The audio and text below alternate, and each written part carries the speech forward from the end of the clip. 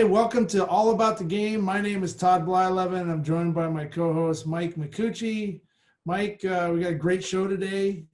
Ryan Graves, pitching coach, recruiting coordinator from University of Kansas. Baseball is going to be on with us, and the weather's warming up. What do you think? Yeah, I'm looking forward to this one. This is, I think, going to be a lot of information. We should be able to, dig in, get a lot of good nuggets from Ryan about the whole recruiting process. Hopefully we get to dig into that a little bit and just, for our players and our parents out there, that are tournaments are getting ready to get started. What are college guys looking for? So I think this is going to be very interesting. Yeah, Ryan's got many, many years of experience. He started coaching at 24, I think. And so it's really going to be interesting. I'm excited to talk to him about the recruiting process and listening to what he says and advice for the parents too. And then you got MLB. What's the latest there? Oh, I don't know.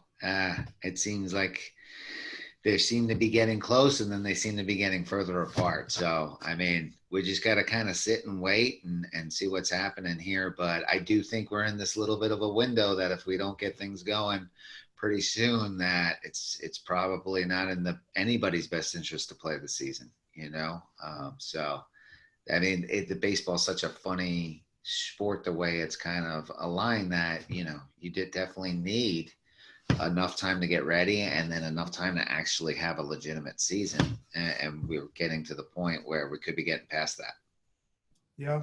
Well, yeah, I know we've had some time to take on some of our extra curricular things at home. And one of the things that you were able to finally launch was your apparel line, and talk to us about that. Yeah, we're pretty excited about it. We kind of got started. It was, as you know, kind of a long process.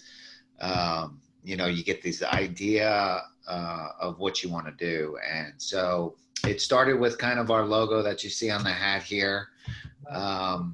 We're trying to come up with something that was unique and use the initials in a unique way to come up with a design. It tested pretty well in the local area here and across the country with some, high school type younger players and parents. So we were pretty excited about it. Yeah, I love the logo. It's just cool. Yeah, that's awesome. Congratulations on that. That's not an easy task. Yeah. It's good. So, well, we got Ryan Graves sitting in the wing here. So you ready to start this show? Let's do it. Hey, welcome back to All About the Game. We have Ryan Graves, coach at Kansas, pitching coach, recruiting coordinator, longtime friend and teammate on scout ball and everything with me, and played with Mike, and just really excited to have you here, Ryan. Thanks for showing up on the show. Welcome, Ryan. Yeah, thanks, guys. Thanks for having me. Love your podcast, and really appreciate you having me on. Yeah. So I thought maybe we go into a little bit about you and your playing career, and just kind of going back to our relationship, back in the high school days, and then how you came across Mike. So thought we'd just give you the mic a little bit and maybe just give us your rundown. Sounds good. I grew up in Southern California, right around same area as Todd, a little further in the Riverside, but same way as you guys probably. I grew up on the field. My dad was a high school coach and a part-time scout for about 35 years. So great scout, by the way. Always loved you.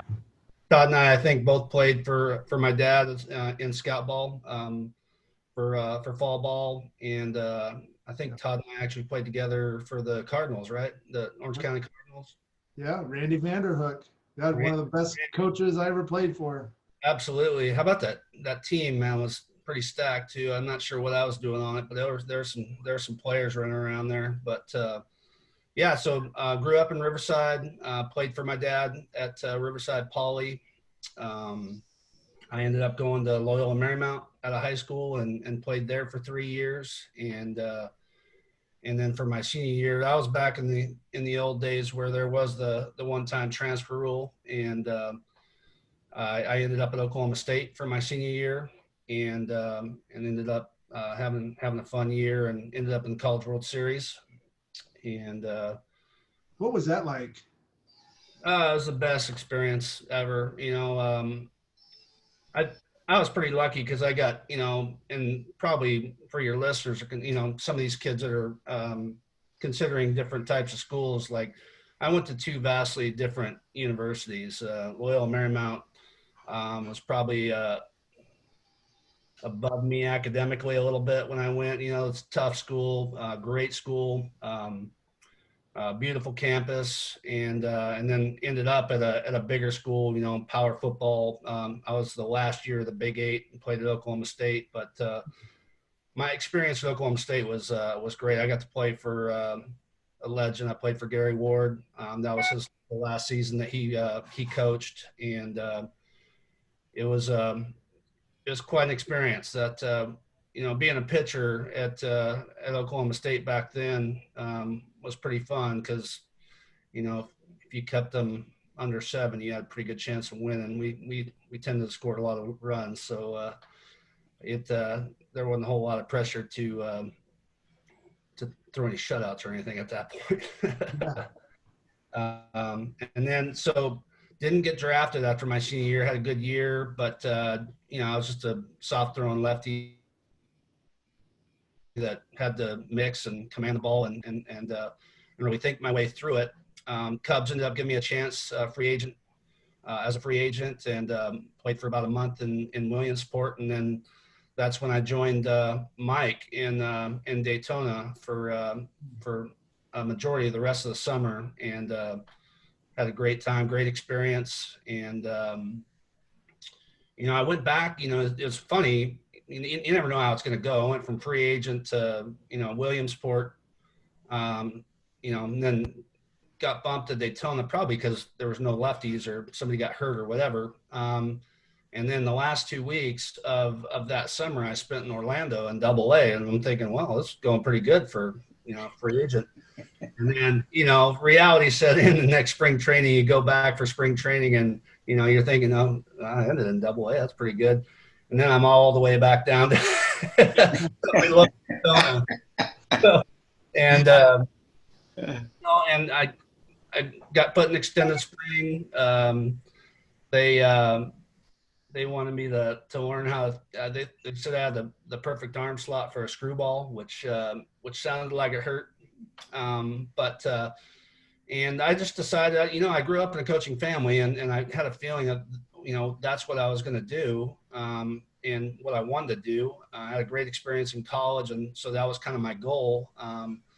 So I ended up retiring out of extended spring and started coaching at my dad's high school, and then moved on to junior college, and then got hooked up with Coach Price at Cal Poly, San Luis Obispo. And I was there for 3 years with him, and he got the job out here, and I've been kind of riding his coattails ever since. Going back to our Cub days, I think it's pretty interesting because it happens a lot. You get drafted that first year, you go in there, you don't really have the landscape of the entire organization. You just kind of see your time, and then all of a sudden this guy gets moved here, this guy gets moved there. Guys are kind of moving, and I was kind of a similar experience. You all of a sudden you're sitting, in high A after you played for like 2 months, and you're like, wow, this is going pretty good. This isn't as tough as everybody talks about or whatever. Right. And I always find it interesting because that first spring training really sets in, and you get there and you start looking around, you're like, whoa, there's a lot of people. The clubhouse is really tight. There's people all around. And, Todd, you've been through it as well. They talk about the levels, how hard it is. Like, what's the hardest level to go to? And what's the hardest level to, they always said back then, Double-A. Boy, if you could, that's the hardest jump, going from A ball to Double-A or whatever. And then, after coaching for so many years, going from the minor leagues to the big leagues is the hardest jump. Yeah. Yeah. I always thought going from your short season A ball level to high A. Was I mean, from a pitcher standpoint, all of a sudden you're throwing against guys. I remember pitching in Boise, Idaho. I think I had like 17 strikeouts in the game, and I got called up to the California League at Lake Elsinore, and I went from having 2 or 3 guys that could put the ball out, in a lineup, to there were 8 guys in the lineup that could go bomb anytime. In fact, my first game I pitched in Stockton, the first 2 batters hit home runs off me. I was down 2-0 in facing my third hitter with no outs, and I'm going, oh my God, this is crazy. I ended up pitching 8 more innings. Yeah, we won. Yeah, it's I think it's amazing. I look back at Mike and Ryan too. I mean, if you could have gone through some sort of like scout school, baseball operational school, coaching school before you actually signed and understood the mentality of a baseball minor league director or baseball scout, on how they have the depth chart, the player development journey that they kind of put in play for every player. I think those times when we're sitting there and we're pitching good or we're hitting good, and the guy next to you isn't doing all that well, but he goes up, and that mental thought of like, what is going on? Like, I've got 19 scoreless innings right now. Why am I not getting recognized? But yep, this kid, like, he's got an ERA of 8 and he's going up. And I think those decisions, that would have just been easier if had we known that the reason they're putting this guy up, because maybe he's got a little sinker ball, or maybe he's on his last leg. They need to see where he's at because they have 3 other guys coming up that fit his role. Like, there's all these scenarios that you just don't think about as a player, and it really screws you up mentally. I see it in AAA all the time. When I was going, traveling around, and you go into those AAA clubhouses, it happens all the time. Those guys are always wondering, why are they taking him to the big leagues, and why aren't I going to the big leagues? And I just did this, and I have scoreless innings here, but they don't, and that's in AAA, and they've been playing a long time, and they're not even thinking about, well, the big club now is going to go face this team who has this many guys on the bench, and this is what they need for that series to get through that. And this guy has the option. And there's so many different thoughts that go into those decisions when guys are going up and down. Yeah. I had a couple of reality checks that first year of pro ball, just from a standpoint, like, I threw 5 innings or 6 innings in Williamsport, and all of a sudden I'm in Daytona. Right. And like, I get to Daytona to the airport, get a taxi and just trying to figure out, go straight to the ballpark. And I remember getting dressed and, just going on the field. Everybody's already on the field. And Mike, you remember the clubhouse kind of opens into the bullpen, right? And you open right into the bullpen. Right. You almost I remember this like it was yesterday, but I got dressed. Everybody was already on the field because, I was just getting off a flight and all that. And I opened the door to go on the field, and I'm in the bullpen. And the first thing I hear was like a whap. And it was Kerry Wood throwing the bullpen. And, I sat there for like 6 or 7 pitches going like, I think I'm at the wrong ballpark, because like that. It was amazing watching. Yeah. That was one of the really highlights of the summer, is just watching like greatness. Woody was special. And we were roommates for a couple years, for 2 years, I think, that we were together, because he moved pretty quick. But I remember trying to explain Kerry Wood to somebody. Kerry Wood threw in the time when, if you threw 96, 97 miles an hour, like, that was impressive. Now it just seems like everybody throws 97 miles an hour, but I mean, that was impressive. But the one thing that impressed me about Woody is it didn't matter if the breaking ball was high or the breaking ball was low. It was always sharp. Right. Like, it never just rolled in there and hung.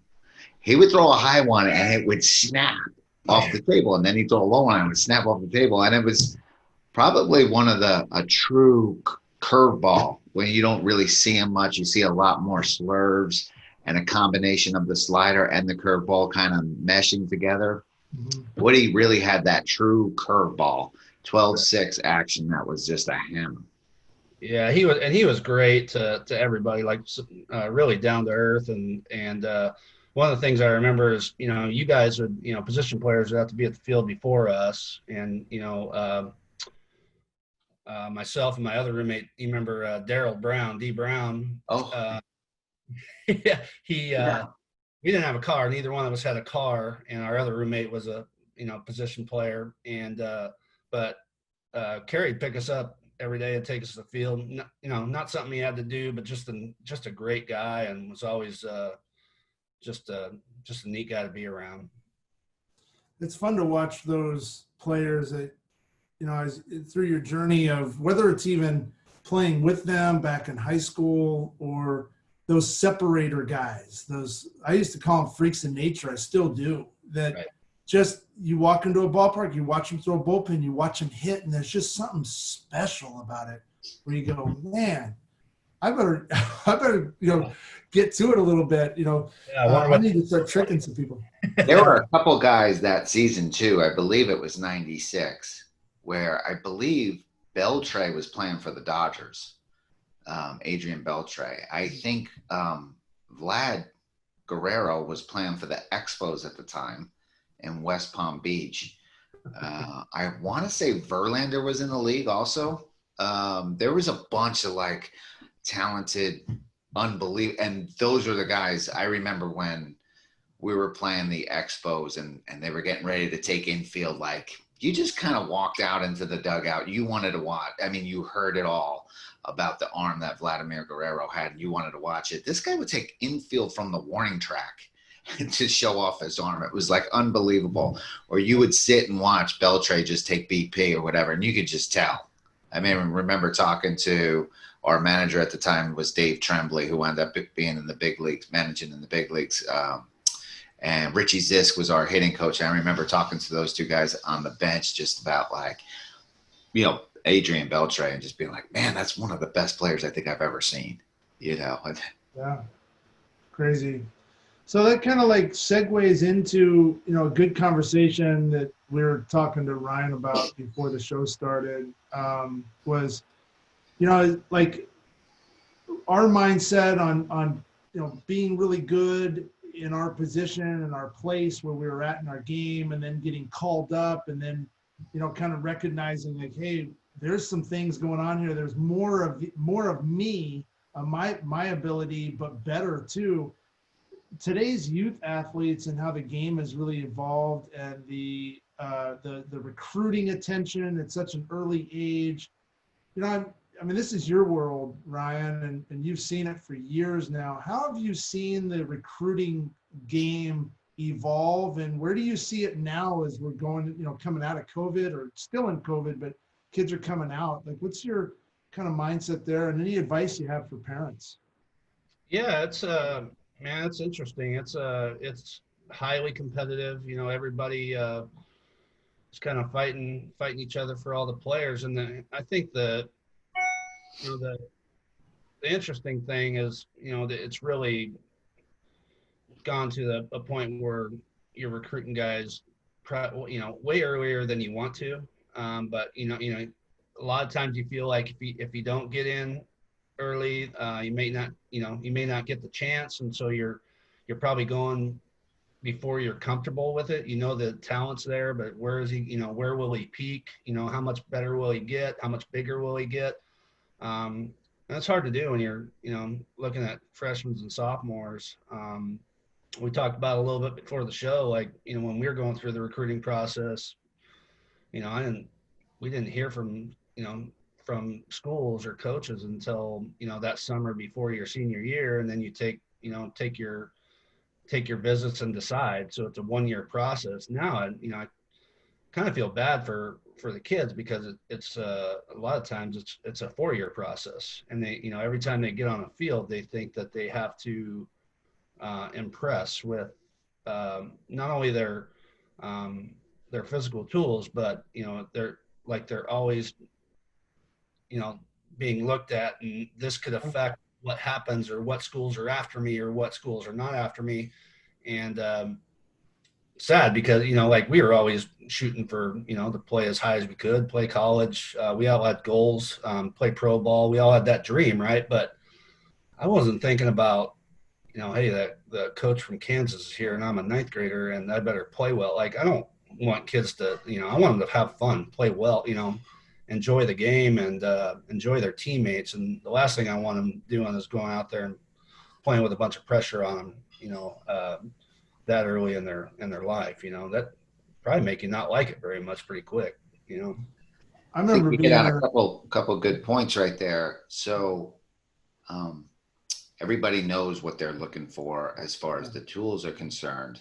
What are some of the intangibles that when you're at a ballpark that you're looking for, that things that stand out to you? I know what I look for when I go to watch a game, and I can see the tools and I see the other things, but I know there's certain intangibles that if I'm selecting a team and I get to put a team together that I want on that team, what are some of the things that you look for when you're seeing guys play?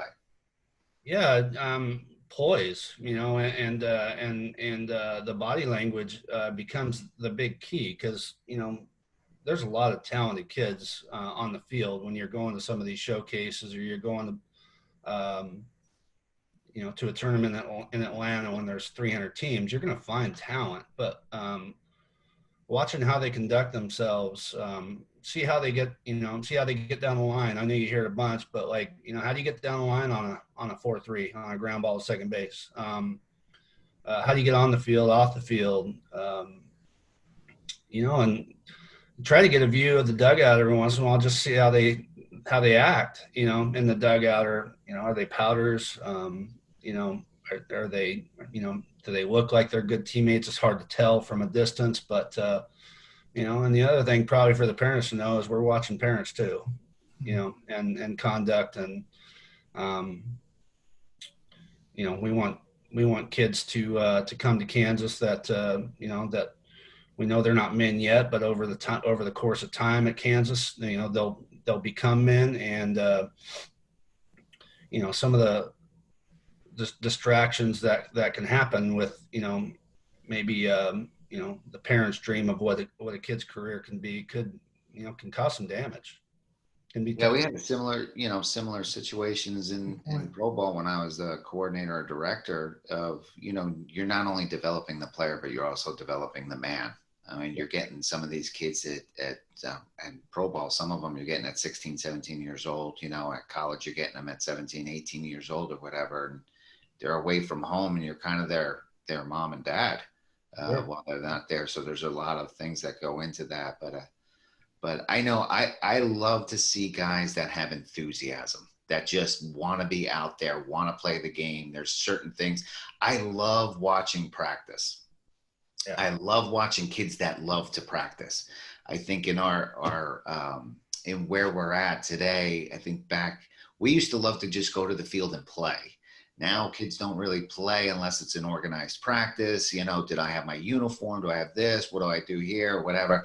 Just put on some cleats and grab your glove and go play. And we live in a different world, and I understand all that. But I love watching kids that just have enthusiasm for the game, just want to work. And I think that's where you get that mentality. Kids that like to practice generally have a good chance. Kids that just don't like the practice part of it, and the whole Allen Iverson, we're talking about practice here type of deal, but kids that love to practice, that have that enthusiasm, that's one of the first things I look for, when I look at kids play. Absolutely. As a player, whether, with our players at Kansas, and once we get them, there's a lot of pressure, on us. There's a lot of pressure on the players. This is high level baseball. But one of the great things, some of the best players we've had and the best kids that we've had, one of the intangibles they've had has been, realizing when the light moments can happen.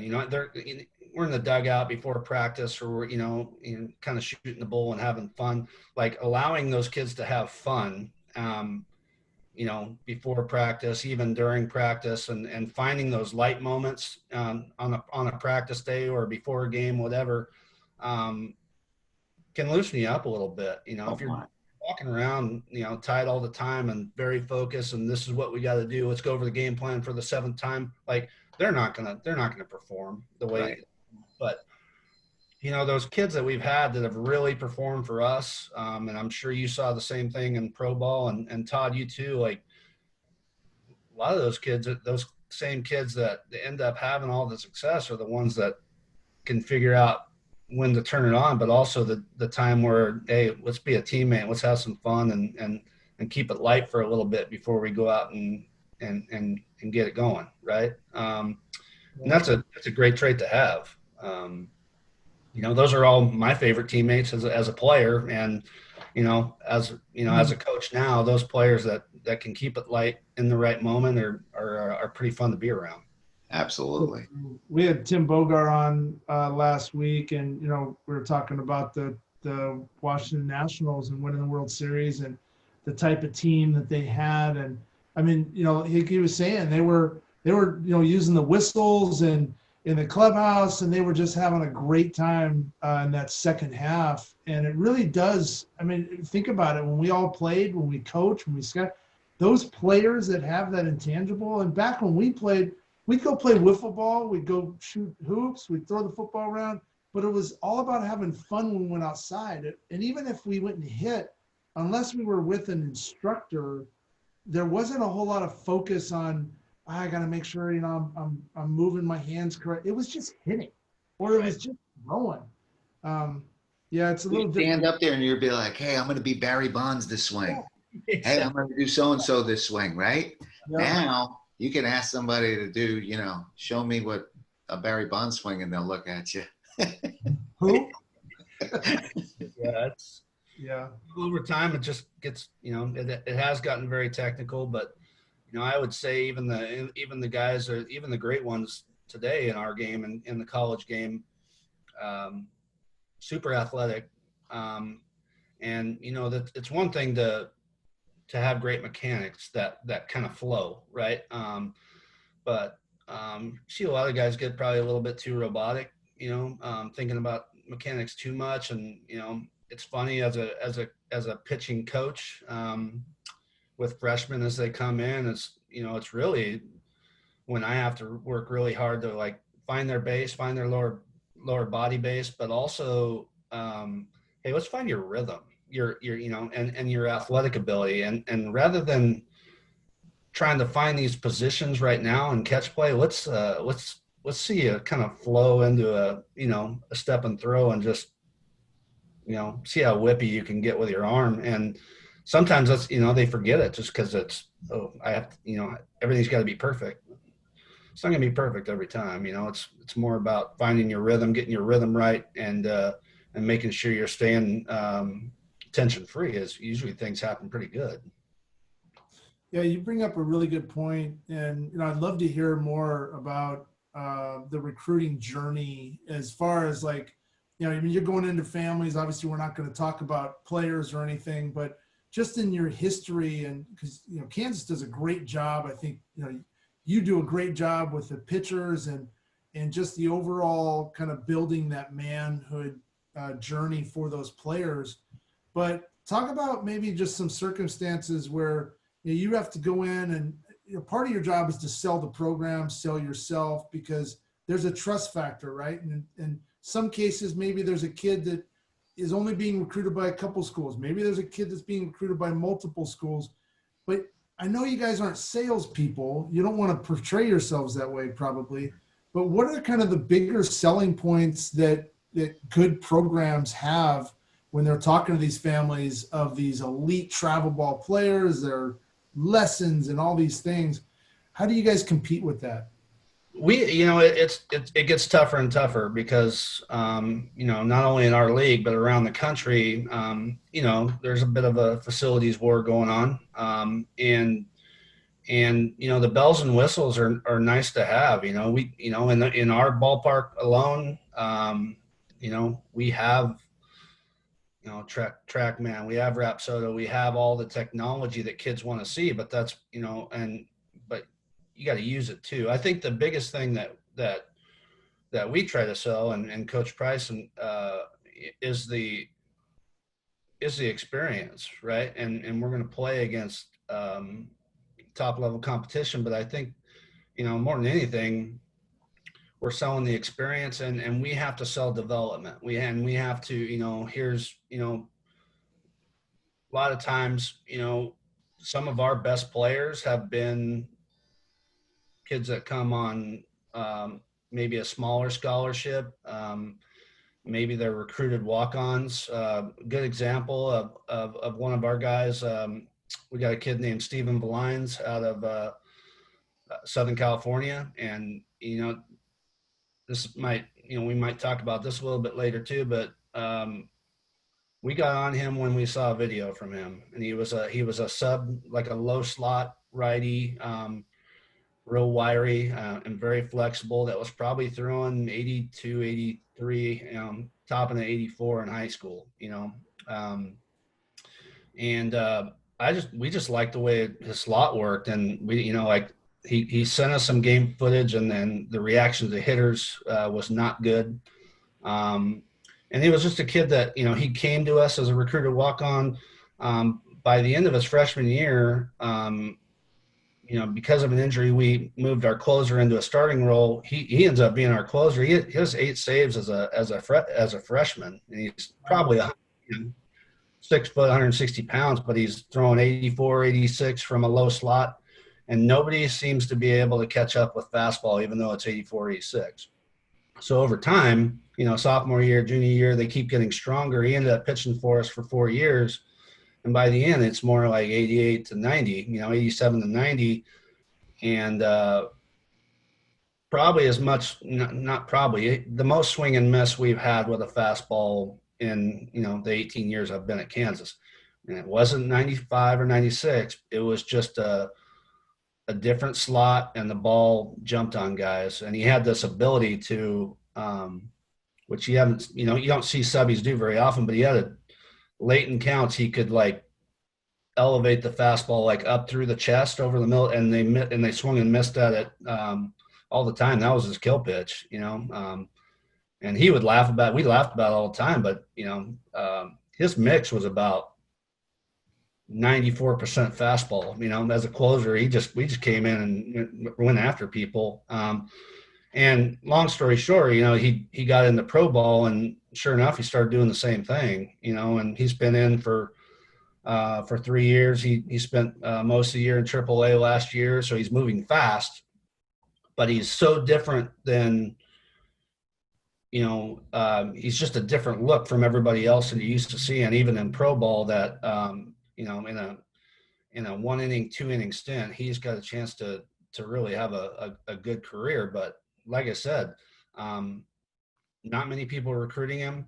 Just a good kid, tough kid that he didn't mind throwing the ball in the zone, and whatever happened. And that's a pretty great trait to have too. He wasn't afraid to show up in the zone and let his players play.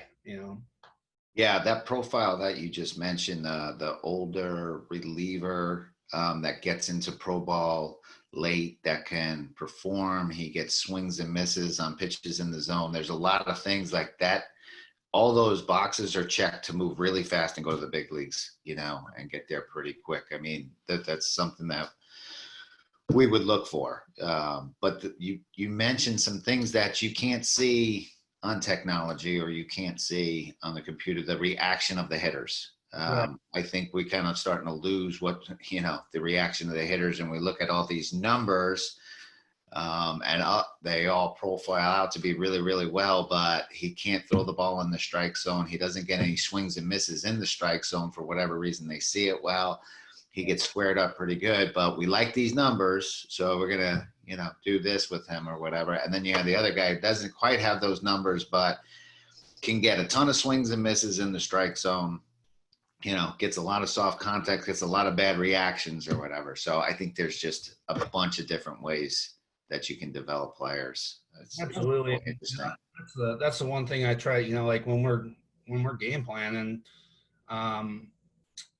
it's one thing to know the opponent, right, and have a good scouting report on what to expect from from their offense, but knowing your players and knowing reactions to certain pitches and where ball seems to disappear and utilizing that spot's probably the bigger key. Like knowing your kid, knowing your arm is probably as important as anything you're going to do on the opposing scouting chart, but or scouting report. But that's just one of those things, Todd, you pitched for a long time too. You could tell, like, when you're on the mound or whether you're in the dugout, you kind of have a feel based on hitter reaction, what you need to throw or what's going to work in a certain situation. And then, obviously from a dead on standpoint, as far as where he is in the box and all that stuff, that's other factors of creating a game plan. But knowing what your guy can do is the biggest part.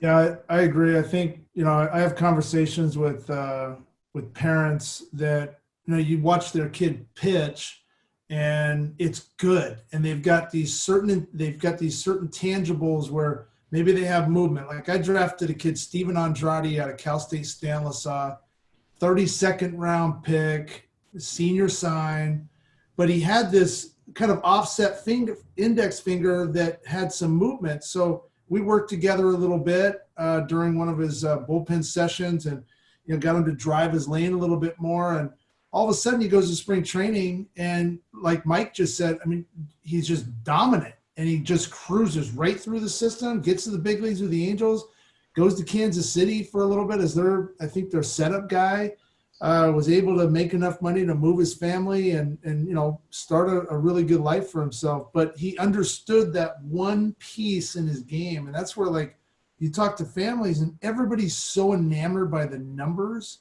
and they have to, how do I get to throw 95? Well, sometimes maybe you just can't. So right. You take, your example here where you got a good 88 to 90 mile an hour fastball that's got movement or bore, and you've got dominance there. So play on that and now maybe pick apart another piece to where you can work both sides of the plate. But yeah, I think today's parents are so focused on how do I get my kid to throw 95? Right. They forget the dominance factor of that. I could throw 100. Guys are going to still turn on me at the pro level. It doesn't matter. I got to be able to do this. Mike, you've probably seen a lot of that. Yeah. I mean, there's a lot of information out there. That's what we're hearing in the game. And, you do lessons or, I do, lessons with kids at times and they're trying to emulate what they're seeing on TV or what they're hearing on TV, but they don't understand the amount of information that big league hitters have, the amount of information big league pitchers have and why they do what they do. And goes back to what you said, you have to know yourself. If I'm a catcher calling a game, I need to ask my pitcher to be able to do things he's capable of doing. It does me no good to be able to know the game plan and know the hitter's weakness first and foremost, and then I'm asking my pitcher to do something he can't do, and then he's unable to make pitches and do what he's supposed to do. The bottom line is, if my pitcher can execute a good pitch, then we got a 70% chance against the best hitter in the game to get him out. So I really need to know my guy the best. I need to know what he can do, what he can't do, what his best locations are, what his go-to spot is, how to get ahead, how to get back into counts, what his put away stuff is. This is all the key information that I need to know that gives me options to be able to game plan throughout that game and throughout the lineup to navigate through situations and do things. And to me, it's, in our game planning program that we kind of put together, it's the first thing that we talk about is the strength of the pitcher, the strength and weakness of the pitcher, right. Ranking the pitches, understanding what pitches that is their best pitch, what pitches their, second best, third best pitch, what type of action the pitches have to offset hitters and how to work, in and out and up and down and back and forth and put all these things together to get hitters out. Yeah, absolutely. And the one thing, I know you have a lot of parents and kids that watch podcasts and stuff, and you know, the spin rates and all the numbers we're getting these days, if they're not high, that can probably be pretty disappointing to a kid, right? But you know, as good as a high spin rate can be, kind of a low spin rate kid can be just as effective. Kind of what Todd talked about, less spin, more action, heavier. There's lots of characteristics that you like that'll get outs on the low side too. Um, and not everybody's going to have these, I don't know, the 2,600 RPM, spin rate on a fastball, or a 3,000 on a curveball. Like that is, kind of freak of nature type of stuff. But knowing what you can do with your stuff is the biggest key. But I like to just talk about that a little bit too, just because, some of those low spin rate numbers are, those guys with plus changeups, those, we're looking at like some of our best changeups are guys that are, 1,100, 1,200, very low. But so when you get a fastball guy that's around 18, 17, 18, 1,900, but he's got, decent stuff, 86, 90, but it's low spin rate, and that can be just as effective as a guy with a high spin rate. It's just a matter of how you're gonna game plan for him, and here's how we're gonna get outs, and here's what we want to do to get ahead, and here's how we want to attack lefties, and this is how we want to attack righties. It's all about coming up with the right plan and with the kid, and having him understand what we're trying to do. Yeah, it's such a great point right there. I think just about any player or aspiring player that wants to play at the next level in college or pro, or make a varsity team, is that you don't have to be the freak of nature. You can certainly keep working hard to be that person in your mind on what you think that is, but trust in your own ability and understand what your strengths and weaknesses are. So I have a question. Well, one more thing to that point too. You're trying to put a whole staff together. Right. Yeah. So you need complementary pieces. You don't want to run out the same guy, as great as it would be to have, 10, 12, 15 of that guy who's the, we consider the elite of the elite or whatever. After a while, the hitters are seeing the same exact thing all the time. I think for parents and kids out there, to understand when you're putting the pieces together, you're looking for this piece, but you're also looking for this piece over here as well, something that can complement them. And, you keep running righty, high, 3/4, 97, with the same stuff. You're seeing the same guy game after game, inning after inning or whatever. Eventually, it gets tough. Yeah. And, we joke about it a little bit, like, back when Todd and I were pitching, like, every time I saw a velocity chart, I was pretty disappointed and depressed. And, because I didn't throw hard, it wasn't good. But like, think about the kids today. They're not, they're not always seeing velocity. Now they're seeing spin rate. Now they're seeing vertical action. They're seeing horizontal action. It's like, man, all that stuff is average. I must not be very good. But like, hey, go test yourself against, hitters and get hitter reaction and let the hitter tell you if you're good or not. And that's my whole point. I think the hitters are awesome. They're great, and they can help you, if you understand them, which I've done a lot of studying. It can help you put a game plan together, but they're not always concrete. It's a piece of the whole puzzle. Story on the pitcher. Yeah. So I wanted to ask you, Kansas, give us some.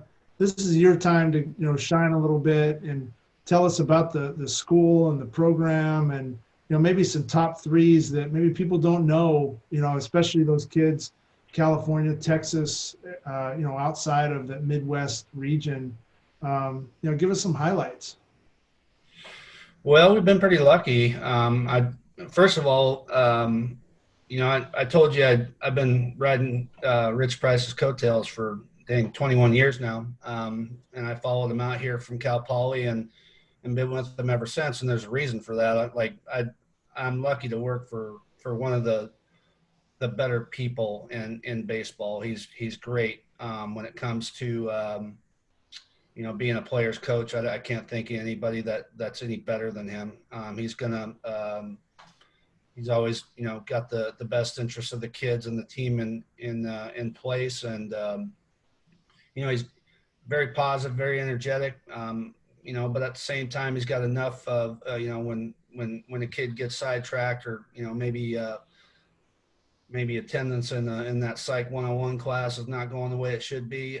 He's got he can let he can bring you back to reality pretty quick too. But so we've had a continuity with the staff has been strong. We've been together a long time. University of Kansas is a great school academically. I don't know how much time you guys spent in Kansas, but Lawrence, Kansas is a really special place and a special campus. You get to play in one of the best conferences in the country. And at this point, in the Big 12, I've been in it for a long time. The crazy thing about it is I've seen everybody finish toward the top, and I've seen every school, even schools that you wouldn't think of, finish at the bottom. It's very competitive every weekend. You got to be ready to play. Seems like a lot of the games come down to how you handle the seventh inning on, seventh through the ninth innings. But it's a special place, and we get to play in a really special conference. So it's a great experience for our kids, and like we talked about earlier, we have to do a really good job of developing our players, and both physically and mentally. But a lot of kids, come as freshmen, and over time, with the help of our strength conditioning coach, Luke Bradford, and Ken Wainwright, and all the group and everybody that works along with the program, we've had a lot of success in developing players into good players and draft picks, and had 5 or 6 big leaguers. And so it's been a fun ride, and it really is a special school and a special program. What a great point you just mentioned. You're talking about developing your players, and I think people kind of lose out on this. It's a great point for the audience. You mentioned your strength coach, your training staff are all part of that developmental process. So it's not just the physical skills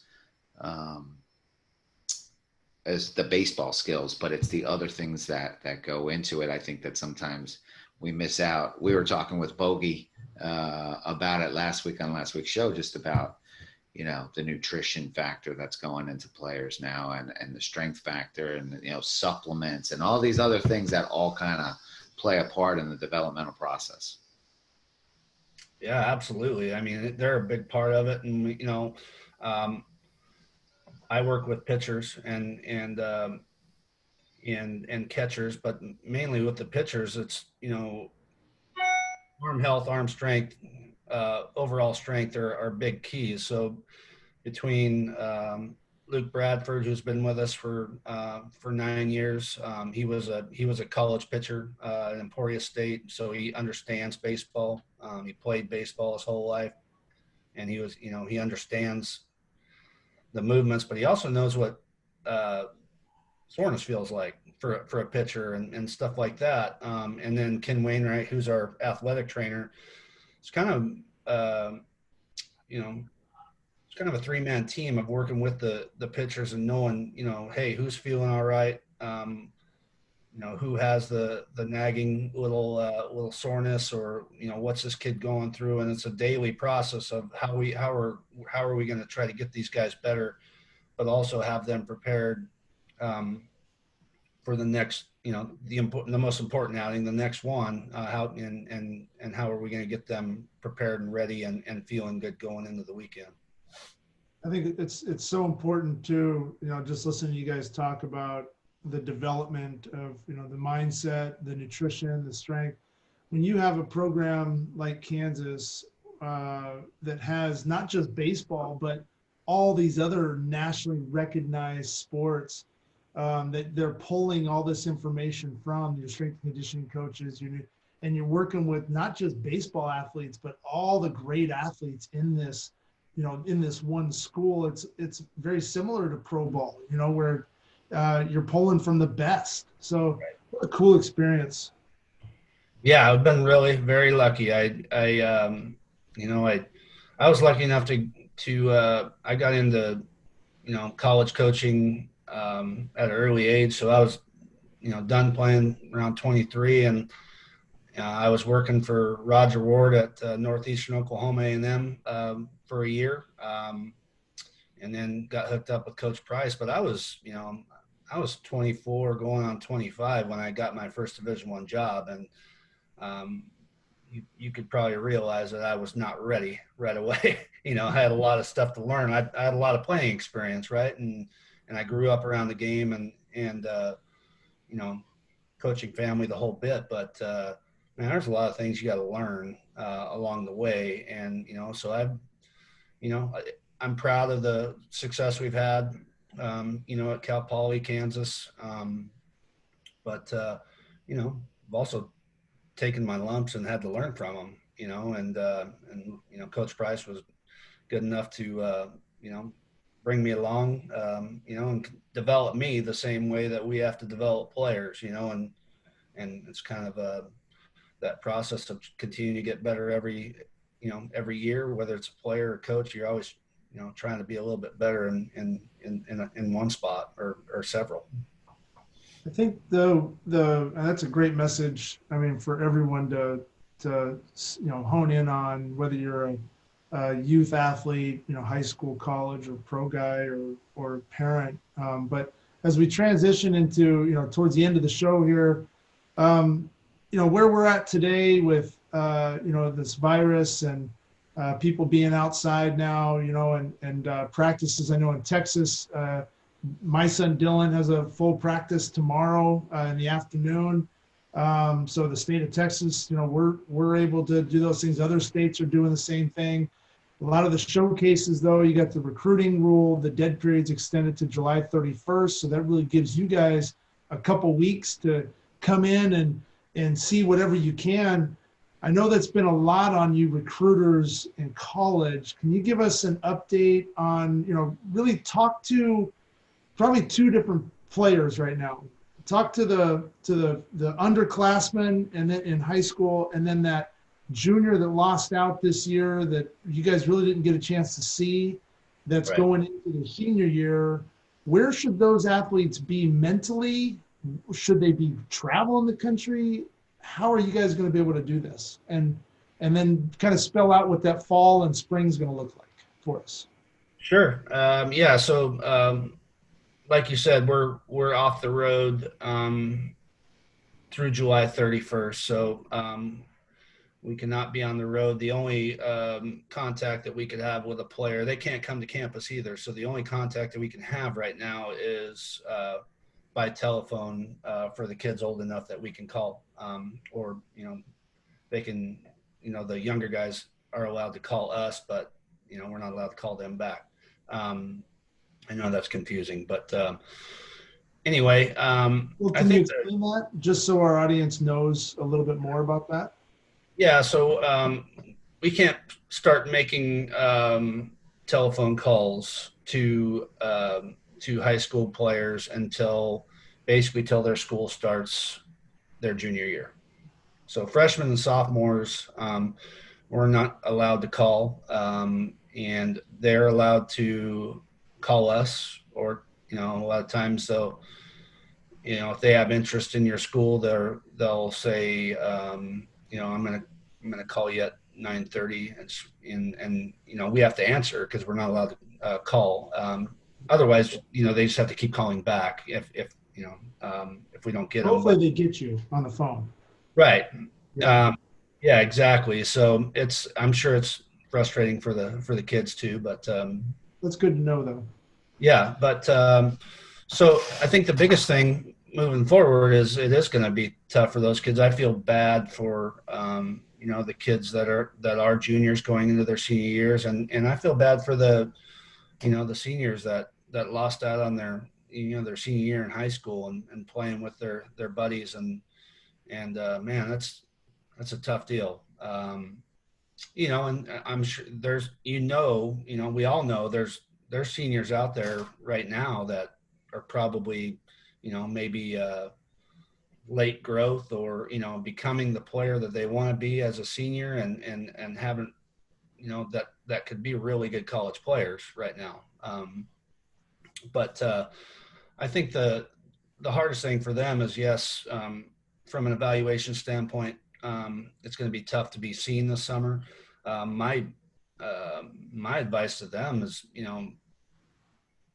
going out and playing and playing with your team that you enjoy playing with, um, and continue to develop as a player. No matter who, it doesn't matter if we're not allowed to be there right now, but just continue to try to get better, and get your at bats and get your reps. Because I think if you wait till August, there's no saying that they may extend that. It just, none of us have the idea, the answers of what's going to happen moving forward, or when we don't have an exact date exactly when we're going to get out yet anyway.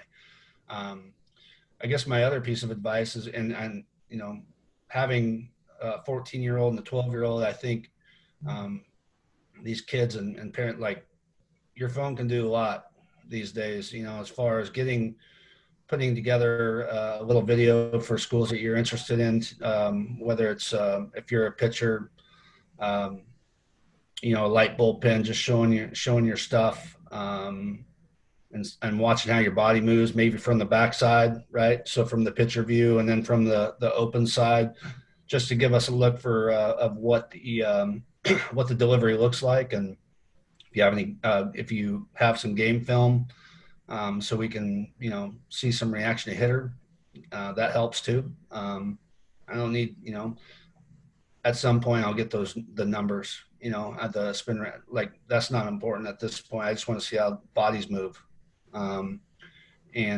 see rhythm, and then I'd like to see some hitter reaction, but I think kids can put together solid videos. We get a ton of them, along with every other school, but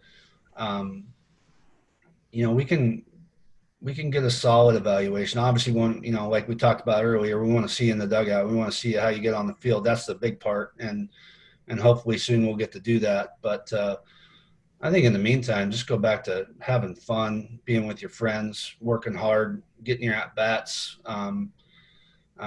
Not worrying about, there's 50 schools up in the stands right now. I got to play well. Just go play well, go have fun and play well. And usually that's going to work out to a kid's advantage anyway. Just getting back to playing because you love it, and not having, all the stress and, everything on your shoulders for where am I going to get to go to school, or am I going to get to go play at a big time school? Just go play and have fun, and things will, take care of itself over time. Yeah. And so, I know we were talking about this a little bit back in the day, as we wrap up, just on our own recruiting experiences, and how, you mentioned earlier in the show, it was that kind of 1 year window, where I didn't even think about, I started thinking about college. I was more pro mindset, going through my junior year, and really it was between my junior year and senior year that school started getting interest. Your senior year, you end up committing, Right. and now it's shifted from kids committing at 7th grade, thank goodness, and it's slowly kind of gotten there. But I think with this virus, do you see that happening again, to where at least for the next maybe year or two, kids? I think it's got to slow down a little bit. You would think, just in our case, we have everybody got their year back. Everybody on our current team got their year back, and so we have seniors that are good players, really, good players, good I think they're senior sign type guys. The whole back end of our bullpen were older seniors. With the draft being 5 rounds, those opportunities that I got, to sign later, free agent, I don't know if they're going to be, I don't know if they're going to happen. But we're going to have an old team. And, obviously we have a group coming this year. So from a roster standpoint and 35-man rosters, it's going to be, it's going to be tough. It's going to be tough for somebody to go see a freshman and pull a trigger based on, we have kind of a backup. So I hope you're right. I hope it does get, kind of shrink the window down a little bit to where we're more focused on the juniors and seniors and what can happen, where our openings are, what we need, what our needs are, so we can get back to, being able to put the best team we can together, but also making sure that kids are being treated correctly and not getting put into a tough situation where the numbers are working against them too. Yeah, that is a tough situation. You're talking about, you've got a group of players that are kind of expected to all leave that are now going to come back and stay. And you mentioned it before, you need at bats, you need reps, you need innings, you need time on the rubber if you're going to improve. And now you're going to have that roster situation that's going to really be tough to manage. Sure. Yeah. And they are giving us a little bit of relief. As to, next year, as far as roster limit, they might, they're talking about, maybe giving us a few more, those seniors aren't going to count against our 35 that are coming back, right? Stuff like that. But it might trickle down too, the junior college circuit is going, could get really, really, really good quickly. Those seniors, maybe late bloomers that, the opportunities aren't out there, or the roster spots aren't available right now. It could trickle down to Division II, Division III. I think, with all our guys coming back, there's a lot of experience for, at the Division I level in the Big 12. A lot of returners coming back that I think Division I baseball is going to be, it's already a great level of baseball, but there's a lot of experience coming back next year on a lot of different teams. So it could be a good point. Very interesting year. Good baseball all the way around. That's what we need. It circles all the way back to what Mike and I were talking about in the very beginning, with the first shows, and just development and having fun playing baseball. And it looks like, I'm a parent. I've got, my son Dylan. I'm excited to have him just go out and play the game like you guys are talking about, not worried about who's in the stands, because you know what, there's not going to be anybody in the stands. So hopefully the parents can have some fun too. So that's cool. But yeah, exactly. That's the for as much as we travel a lot, we're gone a lot of the spring, and I got 2 boys that both play and like to play. I guess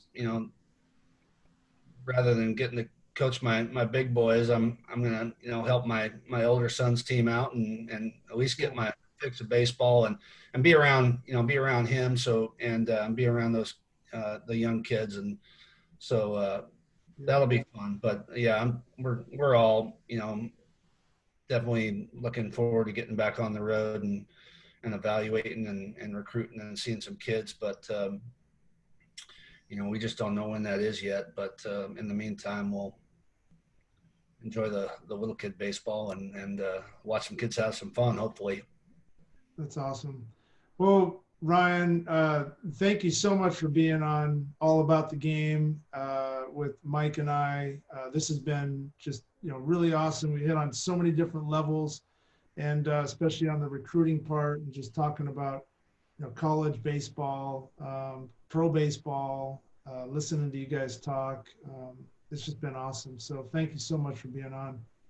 Well, thanks for having me, guys. And thanks for putting this podcast together. It's, that it's always great to hear, some great baseball minds talk baseball, and loved your guests so far, and I'm looking forward to following and watching the future. Awesome. Thanks, Ryan. Thanks for coming on. Yep. Absolutely. And good luck to you in Kansas. Thank you. All right. Have you ever had your swing evaluated by an MLB scout? The Scout Hub has been helping organizations, schools, teams, and athletes advance their game. Baseball players from across the globe can submit their batting swing or pitching motion videos into the Scout Hub, and the MLB scouts will evaluate their mechanics and provide back a professionally written individual scout card detailing the strengths and weaknesses of the player's game. The scout card will also have customized corrective videos tailored to each athlete's needs to help that athlete get better. Get your game scouted by the Scout Hub today. Wow. What a great show. Ryan Graves, long time, not only a player and growing through that experience, his dad being a 35-year veteran in the scouting industry and high school coach, just tons of experience. And he brings that right into the college coaching market and recruiting field, but really interesting. Yeah. I mean, I just really enjoy talking to him, listening to what he's looking for players, both, kind of on and off the field, what he looks for in the skill set. I thought it was awesome. He talked about the type of character that he wants in a player to be at Kansas. Obviously, Kansas was able to dive into that a little bit. I really enjoyed talking about our days with the Cubs and some of the things there. So, I mean, that was a real treat.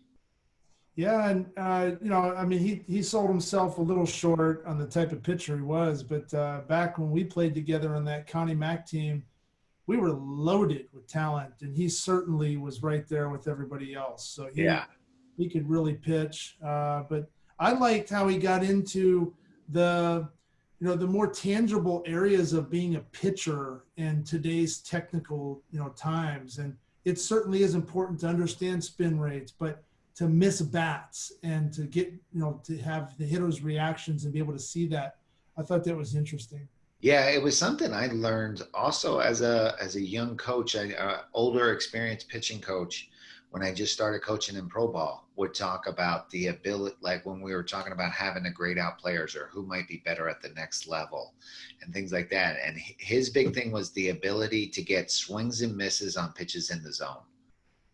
You can't rely on guys being able to just get guys to chase all the time, that you have to be able to throw strikes and get guys to swing and miss. And when he brought that up, it brought back memories. And I think just listening to Ryan, he does a really good job of using the new and the technology and all the information he's getting there, and then using the old and his experience and then blending them together to really develop a player there and put a good product on the field. I agree. I think, we can always look at the data of the result and that end result from the hit tracks and the Rapsodos and, everybody from pocket radars. You can look at the velocities, but when you really take it back to the very beginning and how you're towing up, say from a pitcher standpoint on the rubber, and you get to that balance point and the drive, rotation, and the finish, all that has to be in sync with what you can do in your own body. And it takes an experienced pitching coach like Ryan Graves to be able to help nurture you along to get you to deliver those high spin rates and things like that. So yeah, he talked about the strength and conditioning coach and the training staff and being able to get the pitchers to make the movements they need to make to get the most out of them. So yeah, it's just just a wealth of knowledge there, a lot of experience, and we can obviously get into how to use all the different areas for development. Yeah. So we'll have Ryan back on. I think, one of the ideas is maybe to have 4 or 5 guests on at the same time. And, we'll see how we can coordinate all that with everybody's busy schedules. But I think it'd be fun to have, Ryan back on and maybe my dad, and have Tim come back. And we've got some guests lined up for the next few weeks, and have kind of a reunion.